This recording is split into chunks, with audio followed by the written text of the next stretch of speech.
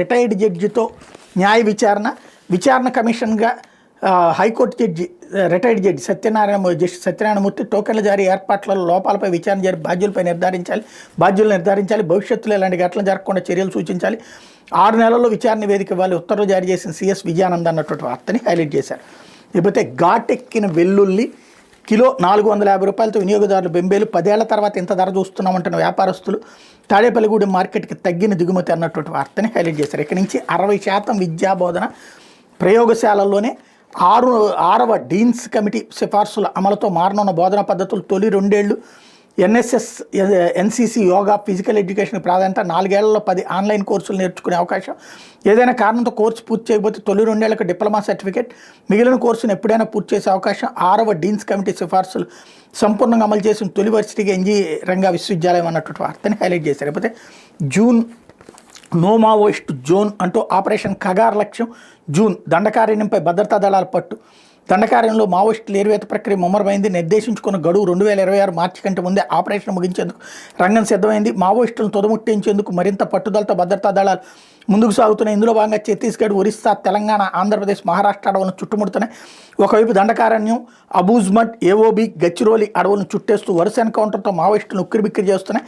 బస్తర్ అడవుల్లో నారాయణపూర్, దంతేవాడ, బీజాపూర్తో పాటు మహారాష్ట్రలోని గచ్చిరోలి జిల్లా సరిహద్దుగా ఉన్న అబూజ్మడ్ అటవీ ప్రాంతం 2 దశాబ్దాలుగా మావోయిస్టులు అడ్డాగా నిలుస్తోంది. అయితే 2014 అక్టోబర్ 4 అబూజ్మడ్ అడవుల్లో జరిగిన తుల్తులి ఎన్కౌంటర్లో ఆ పార్టీ ఏకంగా 38 మందిని కోల్పోయింది. దాంతో అబూజ్మడ్ అంత సురక్షిత ప్రాంతం కాదని అభిప్రాయం నెలకొంది. ఆపై బీజాపూర్, సోక్మా, దంతేవాడ జిల్లాలో విస్తరించిన దండకార్యం మావోయిస్టుల కార్యకలాపాలకు కేంద్ర బిందువుగా ఉంటూ వచ్చింది. కానీ గత ఏడాది ఆరంభంలో గుండం, పువ్వర్తిలో సిఆర్పీఎఫ్ శిబిరాల ఏర్పాటుతో దండకారణ్యం కూడా సురక్షితంగా పరిస్థితి నెలకొంది.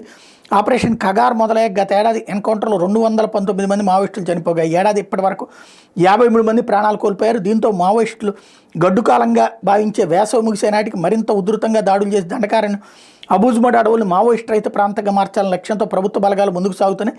ఈ క్రమాన ఛత్తీస్గఢ్లోని ఇతర ప్రాంతాల్లోని మైదాన ప్రాంతాలతో సహా 5 భద్రతా దళాలు, మహారాష్ట్రలోని C60 కమాండోలు, ఒరిస్సాలోని స్పెషల్ ఆపరేషన్ గ్రూపులను సైతం దండకారణ్యం, అబూజ్మడ్ ప్రాంతాలకు రప్పిస్తున్నారు. వేసవికల్లా ఈ ప్రాంతాన్ని ఆధీనంలోకి తెచ్చుకుని ఇక్కడ మావోయిస్టులు అమర్చిన పేలుడు పదార్థాలు, బూబీ ట్రాప్స్, నేలమాళిగలు, శిక్షణ కేంద్రాలు, ఆయుధ తయారీ కేంద్రాలను ధ్వంసం చేయాలని లక్ష్యంగా పెట్టుకున్నాయి.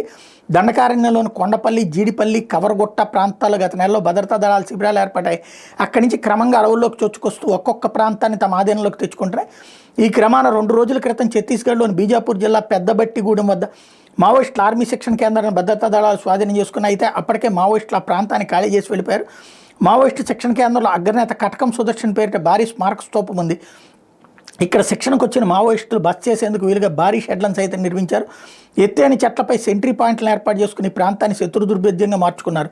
ఈ ప్రాంతాన్ని ఆధీనంలోకి తెచ్చుకున్న భద్రతా దళాలు కటకం సుదర్శన్ స్తూపాన్ని కూల్చేసే సమీపంలోని మందుపాత్రలు నిర్వీర్యం చేస్తున్నాయి. నలువైపులా జరుగుతున్న దాడులతో అబూజ్మడ్ దండకారణ్యం నుంచి మావోయిస్టులు బయట ప్రాంతాలకు తరలిపోకుండా పోలీసులు విస్తృతంగా తనిఖీలు చేస్తున్నారన్నటువంటి వార్తని హైలైట్ చేశారు. లేకపోతే నెత్తురోడిన